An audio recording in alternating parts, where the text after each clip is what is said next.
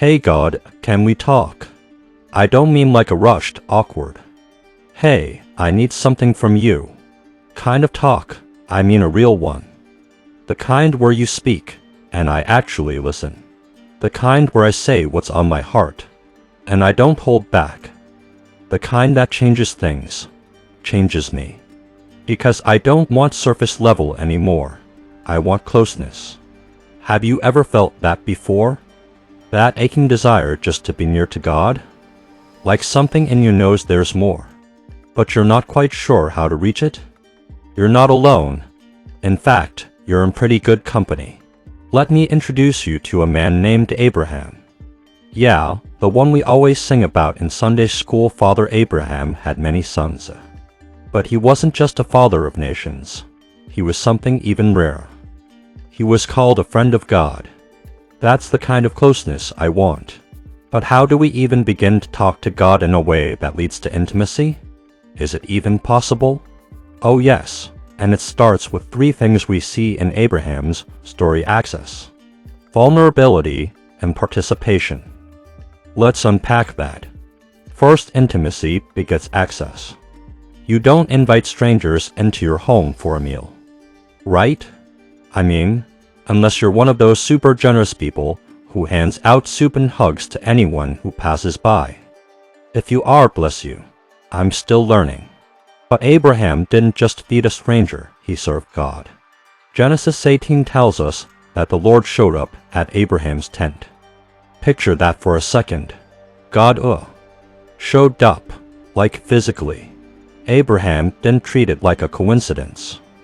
He ran to greet him. He didn't just offer a snack. He offered the best of what he had: fresh bread, tender meat, and a seat under the tree. Why?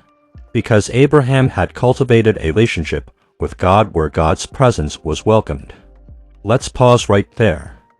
If God showed up at your door today, would you recognize him? Would you run to him? Or would you hide behind the couch like he's a salesman trying to pitch Earnal life insurance? Real access starts with familiarity. Abraham had years of walking with God, learning to trust him, obeying even when it didn't make sense, failing and trying again. He didn't just know about God, he knew him. And when you know someone, you recognize their knock. So how do we gain that access? We open the door daily. We say, "God, I'm here. Come sit with me. Talk to me. Correct me. Teach me. Stay a while." It doesn't have to be perfect. It just has to be consistent. Next, intimacy begets vulnerability. Now, this one stings a little. Vulnerability isn't easy.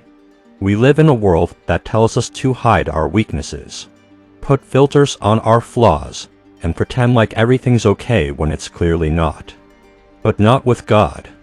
See, after Abraham and God shared a meal, God brought up a sore subject: Sarah's infertility. Awkward, right? Imagine someone showing up for dinner and then saying, "By the way, your deepest pain?" Yeah, let's talk about that. But God wasn't being rude, he was being real. Because love doesn't tiptoe around the places that hurt, it walks right into them, gently. God said Sarah would have a child, even though she laughed in disbelief. Not the polite, church kind of laugh, the "yeah, okay God" kind of laugh. And know what?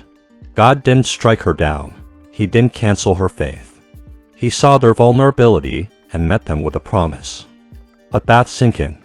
When we get real with God, when we let him into the rooms of our hearts we've locked up, he doesn't recoil. He doesn't walk away. He leans in. And when he leans in, healing starts to happen. So maybe you've got your own Sarah situation. Something so personal it feels impossible to bring up with anyone, let alone God. Try him. Say, "God, I'm hurting. I don't understand this.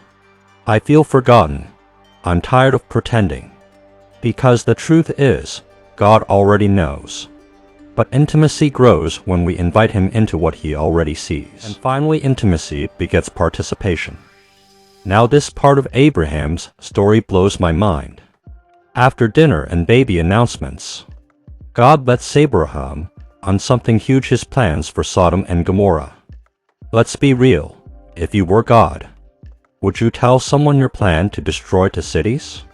But that's what friends do. They share secrets. They don't just announce decisions, they include you in them. God says in Genesis 18:17, "Shall I hide from Abraham what I am about to do?" That's intimacy. And Abraham? He doesn't stay silent, he speaks up.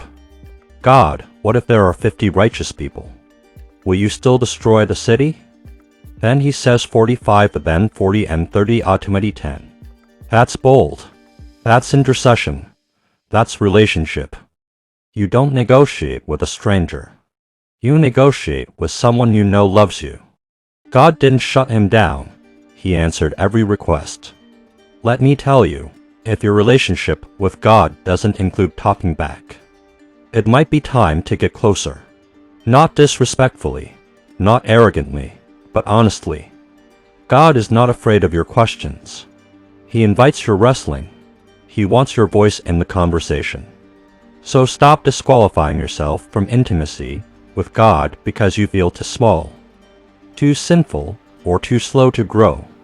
Abraham wasn't perfect. He lied. He doubted. He made mistakes. But he kept showing up, kept talking, kept listening. That's the difference. So where do we begin? Maybe it's time to say, "Hey God, can we talk?" Not in a religious way, not out of guilt or routine, but like a child talking to a father, like a friend opening up over coffee. Here's a simple path. Start with presence. Sit with God. No agenda.